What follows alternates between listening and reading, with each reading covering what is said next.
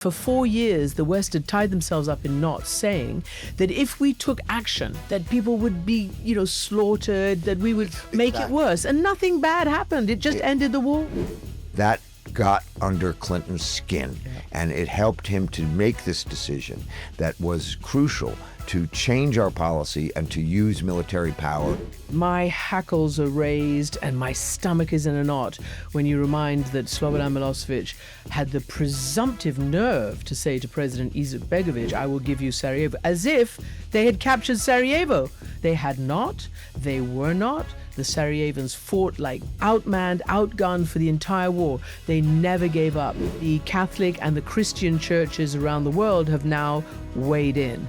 They're basically saying to be pro-life is not just about being anti-abortion. It's about being pro-life in all its aspects, including in treating people as human beings and humanely. That the diversion of resources to achieve this objective the Catholic Church regards as immoral has weakened our ability to crack down on crime. Right, everybody, welcome to the latest episode of The X-Files with me, Christiane Amanpour, and Jamie Rubin, two-time State Department official under Clinton and Biden. Yeah, and I have been a long-time CNNer, in fact, 42 and a bit years, that's quite a lot, in the field and sitting behind a desk in my own studio trying to hold the powerful accountable, which is getting more and more difficult under this current administration. Nonetheless, we are here today to talk about 30 years since the end of the Bosnian War. We'll explain to you why that's important, and we want to also say how it can lead to potential ideas to end the current wars that are flaring right now that nobody's ending, neither the Russian invasion of Ukraine nor, frankly, the Israel-Gaza. There's a ceasefire, but there's no peace process. And we will talk about the current crackdown on immigrants, the deportation rush under the Trump administration, which is now getting massive backlash, including from a very important constituency, and that is the Catholic Church here in the United States. So let's get started. All right, Jamie, let's talk about Bosnia. First, I would like to say that I'm wearing a hoodie because we are actually in a podcast studio, and all podcasters apparently wear hoodies. So I've decided to wear a hoodie. I like the color purple. This is the Professional Women's Hockey League, started and owned by my friend, Billie Jean King, and her wife, Ilana Kloss. You're probably staying with Billie Jean. I'm actually not this time. All right. Yeah. Well, I'm not wearing a hoodie. No, you're not. You're all in. I'm in my traditional, but I don't. Full suit with no tie. No tie. That's your concession. No right. tie. Yeah. Look, Bosnia is important to us because that's how the Bosnian War brought us together as a couple, frankly. Is that the only reason it's important? No, but we are the X-Files and we're doing this podcast, and I thought that was worthy of mention. Because it's all about us. No, but because that's part of podcasting. You try to bring the personal and the professional together. Right. And that is the mission of our podcast, X-Files. All right, so we met. First, I think you called me up. I had given you my card when you came to the Security Council, when you interviewed or discussed or met Madeleine Albright. And then you were pretty interested in why the United States hadn't picked up war criminals in Bosnia. You called me up out of the blue, cold called me. Number, call. And you called me.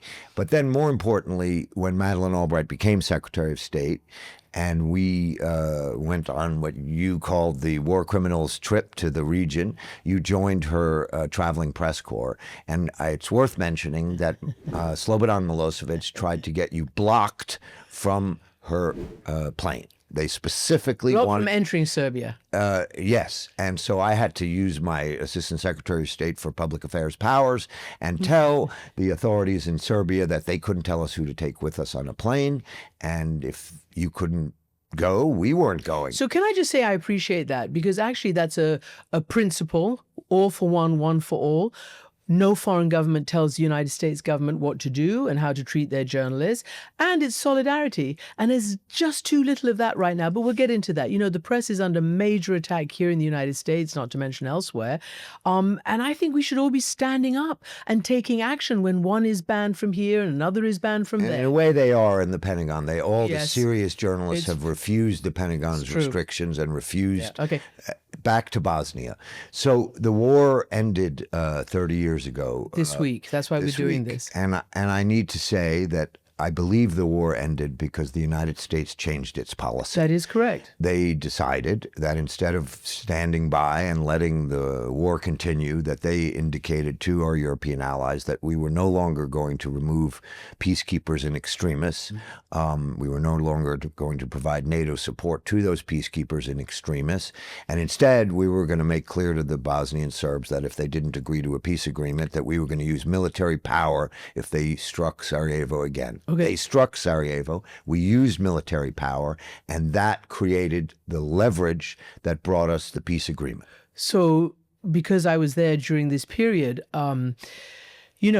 it was after 4 long years of not having the right policy, of just having a humanitarian policy at best, and your administration, which was a new administration, being pulled every which way by more senior European allies who did not want to intervene during the Bosnia War, and who basically said all sides are equally guilty, wrong, who basically said this was centuries of ethnic hatred, wrong. The principles of why they allowed this to carry on, and actually, frankly, sided with the Serbs, let's face it, at the beginning, and Milosevic, who obviously Yugoslavs had helped them during World War II. So this hangover refused to allow them to understand what was happening in front of our eyes that we as journalists were trying to transmit, which was that there was a massive attack, coordinated attacks by the Bosnian Serbs directed by Slobodan Milosevic, president of Yugoslavia, of Serbia, etc., onto the civilians, mostly Bosnian Muslims, in the besieged cities of Sarajevo, Srebrenica, Zepa,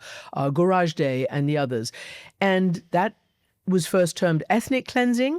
And then we realized that actually it was genocide, and that was adjudicated later at the International Criminal Tribunal. And as you say, it was the last market massacre in the summer, the August of 1995, that prompted finally Clinton to stand by the warning that one more time and we will enter.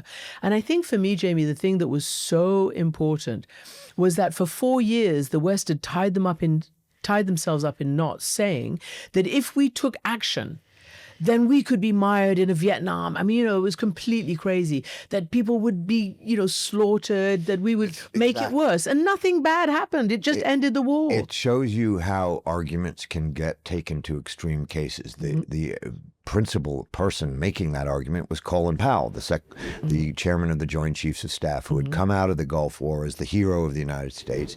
And he actually believed that it was a slippery slope. If you did anything, you'd end up in a ground war like Vietnam. And he was wrong.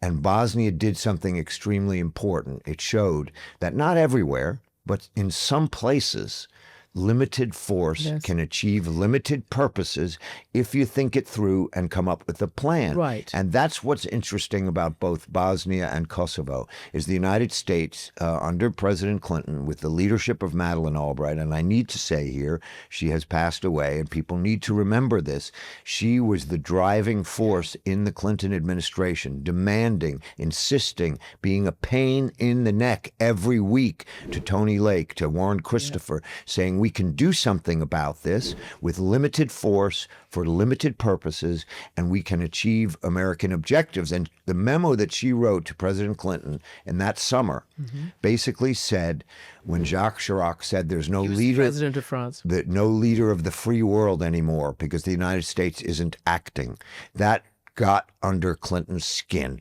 and it helped him to make this decision that was crucial to change our policy and to use military power. And then, and this is what's missing, combine force and diplomacy with a peacekeeping force. And you asked, what is the lesson for today? Well, I believe, and I think you may know this, I wrote in the New York Times, the only way we're going to get a peace in Gaza is with a peacekeeping force that is not the Israelis.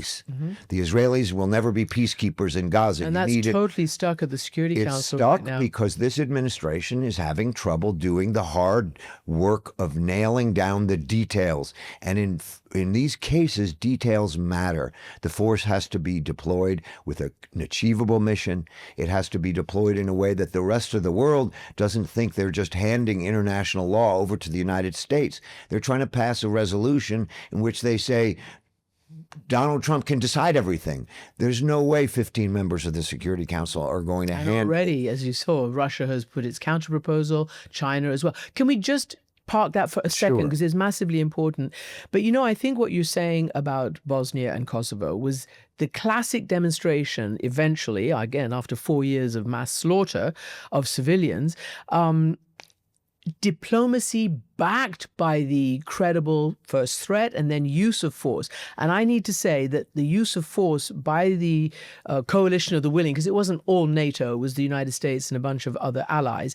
In Bosnia, anyway, in the summer of, in September 1995, lasted maybe 10 days, 2 weeks. It was specifically directed at military emplacements, at the guns that were firing on Sarajevo. Done years Yeah, earlier. it wasn't about troop concentrations. Correct. It wasn't about killing Serbs. And this is important to remember, because they targeted very carefully the United States, and they did not create a massive global backlash against ending the war in this way. And then I think it's worth saying, and you know this probably better than I do, that it led to a concerted diplomatic effort. It wasn't just ceasefire and then let's run for the hills and that look at something else. Diplomacy was extensive, was detailed, had teams of people. Richard Holbrooke led it in the field and then at Dayton. And he had a team of, 10 people working for him from all the agencies, working day in, day out. That's what they need in Gaza. That's what they need in Ukraine. Instead, we have this, one-man show, ad hoc, thinking they can resolve all these wars like it's a real estate deal.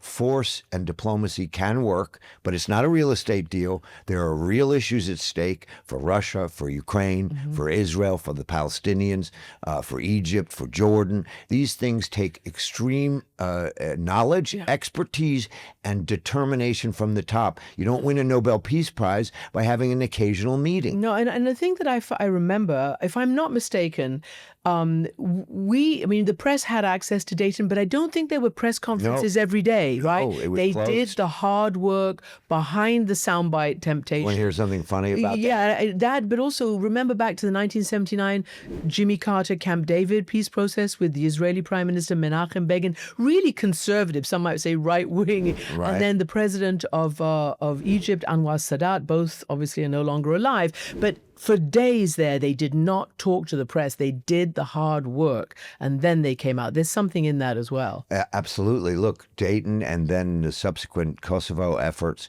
I was the spokesman for the Kosovo efforts. You may remember in Rambouillet, I was going in and out of... So let's just explain who don't know Rambouillet. It was a town in France with a nice castle, which I don't know whether it was the Americans or the French had chosen as the location for last-ditch peace negotiations, which I think, did Milosevic come to that? No, he didn't. Okay. Interestingly about that, so we did something, I compare it to the Congress of Vienna, the 19th century system by which the leaders of European powers actually imposed their will on countries in Europe. We imposed the will of the world on the Serbs. We said to them, here's a peace agreement.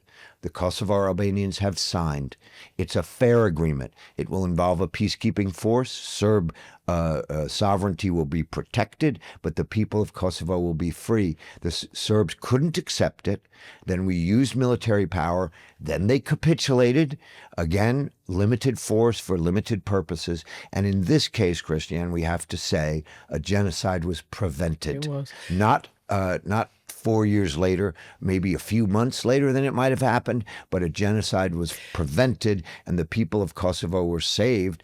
And the same process was in place: force with diplomacy, peacekeeping forces, an international system of UN administration. And look at Kosovo today. It's a thriving democracy. We haven't fixed all the problem. It's still got a problem with Serbia, but think of how far that's come. And unfortunately, I have to say, that's the last successful American intervention. Afghanistan, Libya, Iraq, these are hardly successes. Not to mention Venezuela, which is happening right now, but we'll talk in a moment about that. But I do want to ask you this, because a lot of Serbs of a certain generation, just take the great tennis player Novak Djokovic. He was a kid, I guess, when the United States was bombing Kosovo and targets inside Serbia. And he always tells a story of being the victims of this war, how I think he said, and somebody will correct me, that he, learned to play tennis at that time at some point in empty swimming pools. But you remember, the Americans did bomb the Chinese embassy by accident. That's what you tell me. That's what you say. Bombed if I'm not mistaken, the defense ministry. Bombed the television. How do you explain that to a current generation of Serbs who are also very nationalist, very proud, and who tell the world that actually they were the victims? They weren't the victims. The victims were the people of Kosovo who were getting slaughtered. And remember, Milosevic called them rats. And he said, we've got to get rid of these rats. And remember, they were the Muslims. They were the Muslims. The Muslim majority, 90%. All they wanted was their freedom and their rights. The Serbs were slaughtering them. They were the victims, the Kosovo Albanians. And we tried every way we could to have diplomacy work. The reason why this war was so supported by so many countries around the world is because we gave diplomacy a fair chance. Mm-hmm. And in the end, Milosevic preferred to receive the bombing. He did. And then when he realized that we weren't going to give up, he capitulated, and the people of Kosovo were free. So no Serbs were the victims as a group. I am sure there were Serbs who died, and I regret that. But their leaders made decisions that made that necessary. And the overall outcome to save 1 million people who were under threat, and to do it so well, to do it so diplomatically, to do it so successfully that there's peace now between Kosovo and Serbia. And Kosovo is independent. And Kosovo is independent, Yeah. and it's a thriving democracy. And when Serbia becomes a thriving democracy, which I would argue it isn't really right now, maybe the people of Serbia can begin to think about how all this happened. And that's where the war crimes tribunals come in. The idea of them is to expunge collective guilt. It's not all the Serbs' fault. It's not all the Albanians' fault. It's the fault of those who committed those policies. Those are the individuals who should be prosecuted. Kosovo, if I could say it this way, you tried diplomacy, didn't work. You did force, it did work. Bosnia, you did force and then diplomacy. So it's slightly the opposite. And actually in Bosnia, you've talked about how long it took, 2 weeks, I think, at Dayton, if not more, to get everybody together and everybody around the table. The peace is not perfect. It froze the lines in place.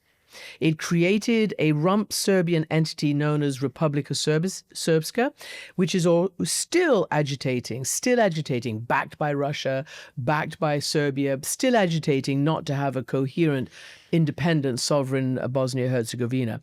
And I wonder what you think about that 30 plus years later. Well, it wasn't perfect, Dayton, no question about it. I think the crucial moment came when Slobodan Milosevic turned to President Izetbegovic of Bosnia and said, I'm going to give you Sarajevo. You earned it. You suffered for it.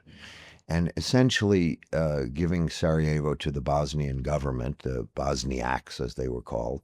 As they then were called after Dayton, not before. Was a symbol that they had not fought for nothing, because otherwise the lines were not that different than some of the peace agreements that were proposed. And I should just modestly correct you. There were massive diplomacy all those 4 years. It just was hopeless because the Serbs weren't going to agree to anything realistic. It wasn't backed by anything. It was diplomacy backed by nothing. Correct. Backed by carrots and not sticks. Diplomacy that didn't work, peacekeeping that didn't work because there wasn't a peace to keep, and there was massive suffering. Then when diplomacy was backed by force, with the September use of careful military power, the diplomacy worked. Mm-hmm. Milosevic realized he had to make a peace agreement, and he did. And I think the lesson was that it wasn't perfect. And if somebody's asking me 30 years later, did we construct the lines perfectly? Is Dayton working? Well, no. Dayton isn't working the way it was envisaged, where people would find a way to live together and work together and have legitimate government taking care of their people. It's too ethnically divided. Some of the politicians are too tied into ethnicity rather than to serving the needs of their people. But it's better than war. The killing has stopped. Let me just say that my hackles are raised and my stomach is in a knot when you remind that Slobodan Milosevic had the presumptive nerve to say to President Izetbegovic, I will give you Sarajevo, as if they had captured Sarajevo. They had not. They were not. The Sarajevans fought like unbelievable,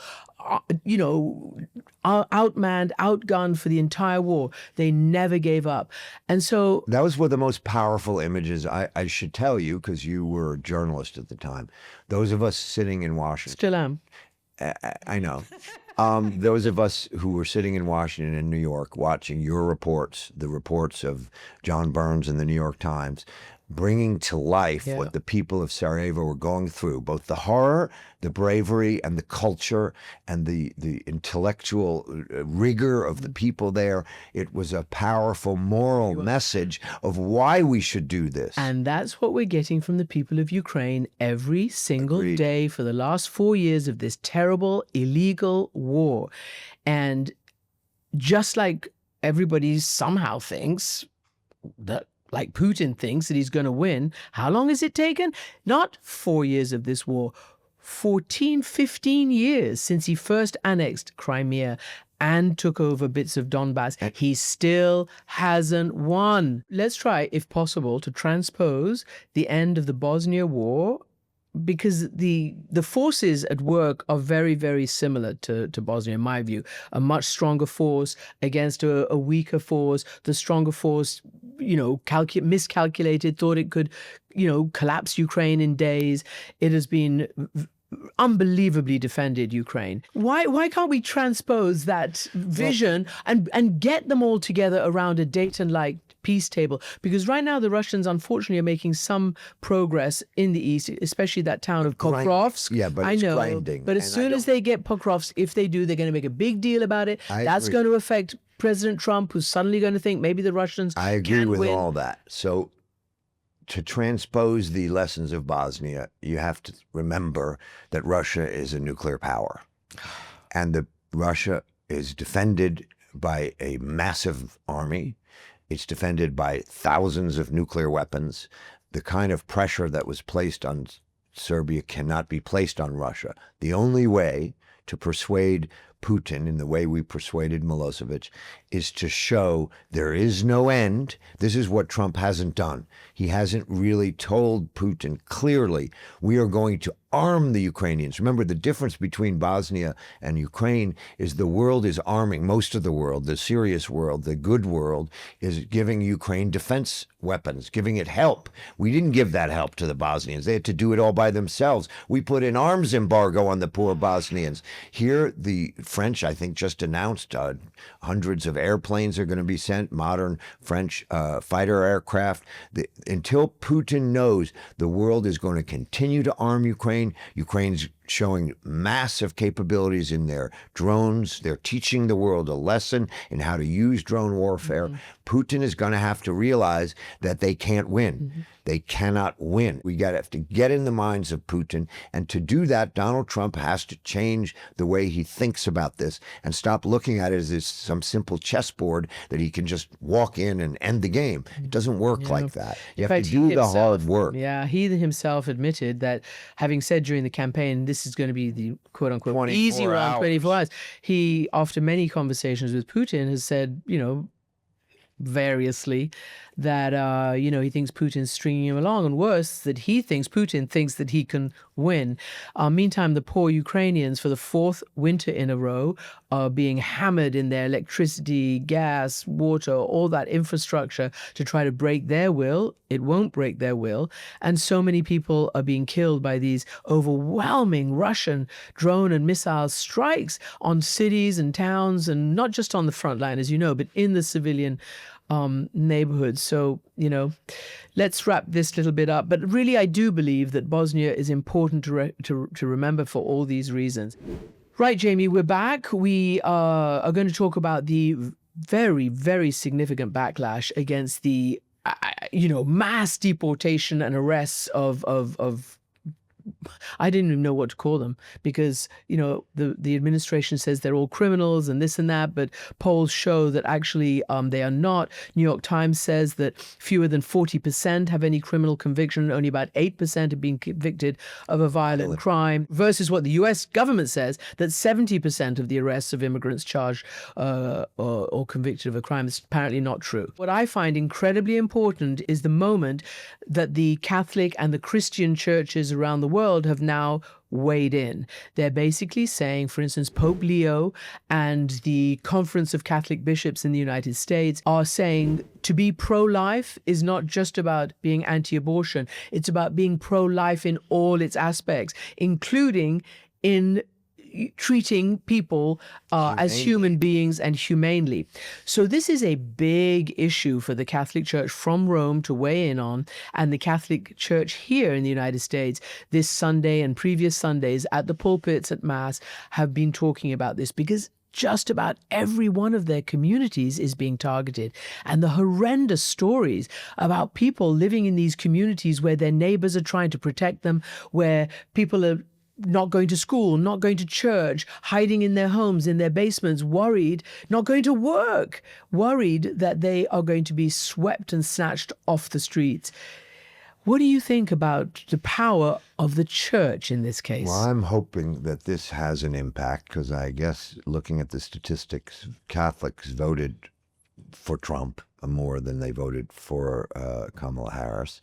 But they've changed their views, partly because of this immigration. And that enforcement. showed up in this latest election. Yes, and they've changed their views because Catholics, like their Pope, have said, believe in the treatment of people humanely, which I must say brings me back to, I think, our first episode when I recommended the book by Cicero, in which he spoke back during the Roman Empire, and this is what's important. Immigration is always an issue, and it needs to be dealt with fairly. What he pointed out was back during the Roman Empire, they had laws to ensure that citizens were treated differently than immigrants, as they should be, but that everyone should be treated humanely, and they should be treated as a host treats a guest, not the way we are treating these people now. It's monstrous. But what I think may make a bigger difference, and there's some electoral evidence for this, is that the misuse of our resources, the diversion of our resources towards this immigration enforcement. I was stunned to read New York Times investigation of the Department of Homeland Security, which now they're jokingly calling the Department of Deportation. So Homeland Security has multiple missions: customs enforcement, immigration enforcement, protecting the president, protecting the homeland from terrorism, protecting the country from international crime, from pedophiles. And they have proven, the New York Times, that the diversion of resources to achieve this objective the Catholic Church regards as immoral has weakened our ability to crack down on crime, on pedophilia. Because of resources. Because they are diverting people's efforts. Something like 1/3 of the entire workforce is diverted towards the Department of Deportation mission rather than pedophilia, cracking down on criminals, cracking down on international crime, on the Iranian diversion and violation of sanctions, on the terrorism threats, on other transnational threats. Our ability to prosecute these people, to discover what they're doing, we are weakening our ability to fight crime. Yeah. And when the Democrats can show that Donald Trump's obsession with immigration, and as you know, I've said, I just don't understand it. This is a country which was built by immigrants, which was strengthened by immigrants. Our power is that we are an attractive But you force. should understand it, because it's the politics of fear, and it's a tried and tested and true, sadly, politics that actually wins at the polls until. And so you've just mentioned, the some of that backlash and diversion of resources. The Pew polling, just as people were going to vote, just in the lead up to the 2024, just the last week or two, says that the economy, of course, was number one by a massive margin for people in terms of their priorities, then healthcare, then Supreme Court appointees, then foreign crime policy, then violent crime, and only then immigration.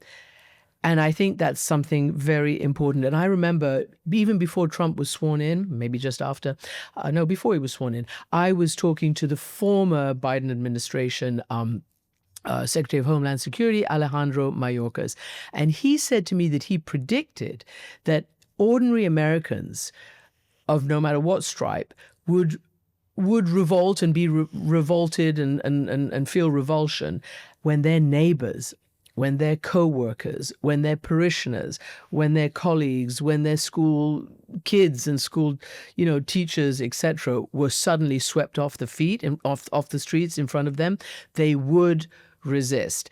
And I think that's very important because the church is a big part. And remember, this is what I think is interesting. I don't know how much, the most religious of people, not really a religious scholar, but I kind of know a bit about the Catholic Church.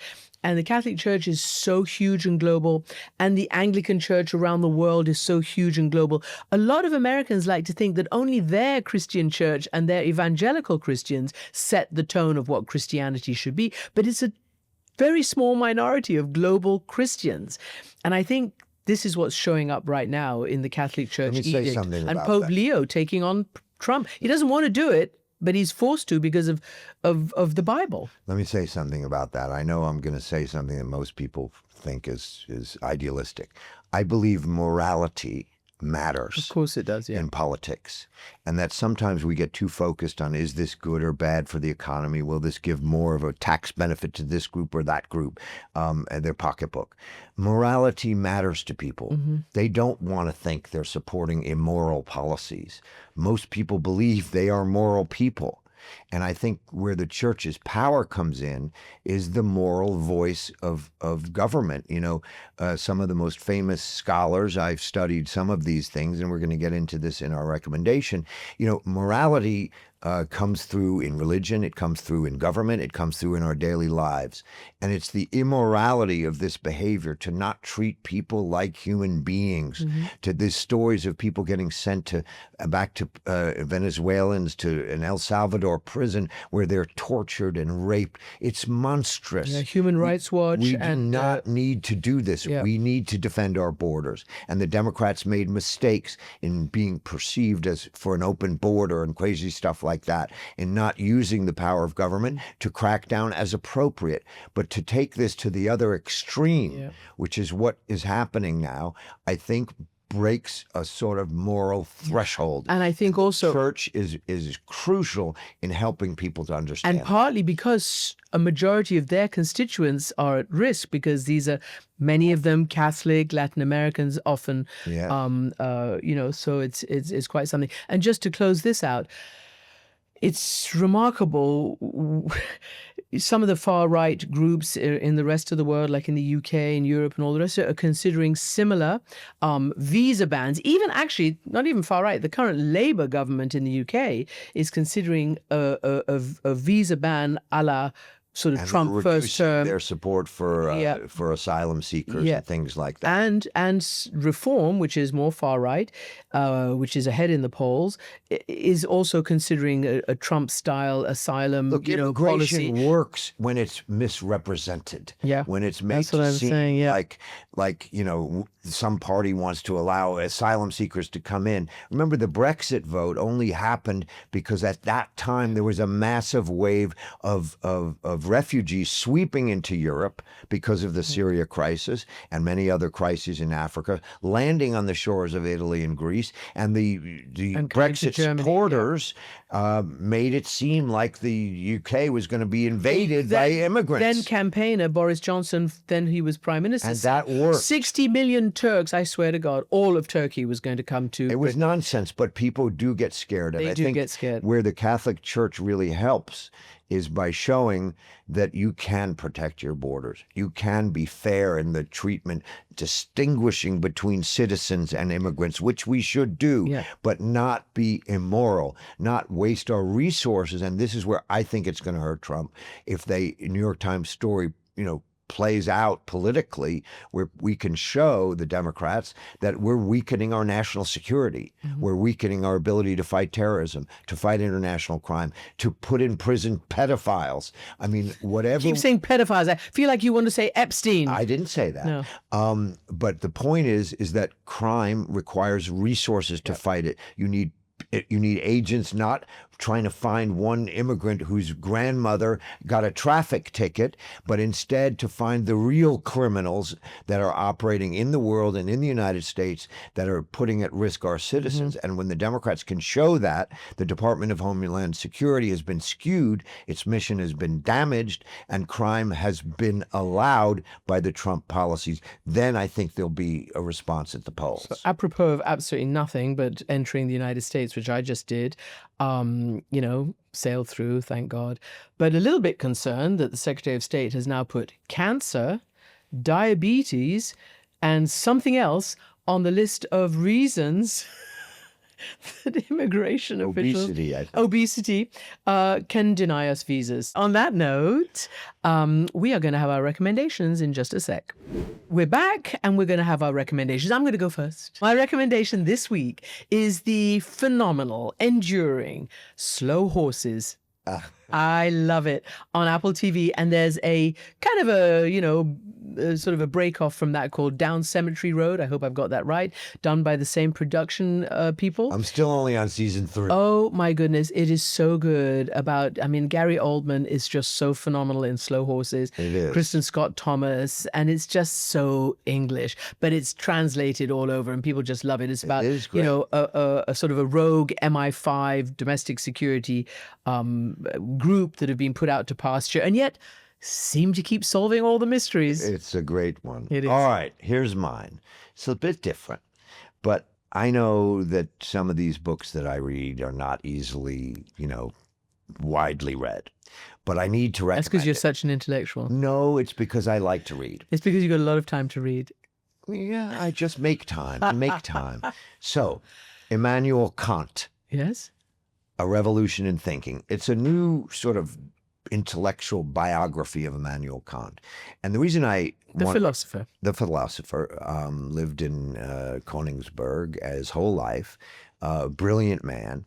But what I love about him is he was ultimately an optimist. He believed that despite all the troubles, despite all the difficulties, morality and politics will win out. And he famously wrote a piece called Perpetual Peace. And this was, this was during the French Revolution time, so, 1789. He talked about a world of democracies, which was essentially operating under a United Nations-like system. He predicted the world we live in, nation states operating under law and living in perpetual peace. Now, obviously, we don't have perpetual peace, but what he would say to that is we move in that direction. The world does get better, slowly, 2 steps forward, 1 step back. We're in a 1 step back time right now, no question about it, but the ideas behind his thinking talk about the morality of decisions that ultimately people progress, and they understand the world better. Their children understand the world better, and they do better. And I know for our children, it's very hard to see light at the end of the tunnel with climate change and AI and all of those things. But I do believe that the world does get better. What happens is our expectations change, and we somehow pocket all the progress and then think it isn't better. So I take your point, and I believe always in the morality of public policy. Some people might call me self-righteous on this on this count. But what I would like to say is, you said Immanuel Kant. Just want to show everybody. Can you see EK there? That is Immanuel Kant. I don't know whether this designer took Immanuel Kant as expression or inspiration, but those are my sunglasses. Emmanuel Khan. That's it. We can say bye. We can say bye. From New York City. Goodbye from New York City. The two of us, but I just have to say goodbye properly. So thank you for listening. Make sure you follow our feed so that you never miss an episode. And remember, you can watch every episode as well. You can watch it, not just listen, on YouTube. Just search for Christiane Amanpour Presents The X-Files on YouTube and subscribe to our channel. You can also listen for free on Global Player, download it from the App Store, or go to globalplayer.com. And we'll see you, of course, on Thursday for our bonus Q&A episode where we answer your questions. Keep them coming. We do love hearing from you. It's another excuse for us to just go on. Email us at amanpourpod@global.com or find us on social media at amanpourpod. So, bye-bye. Goodbye from New York City again.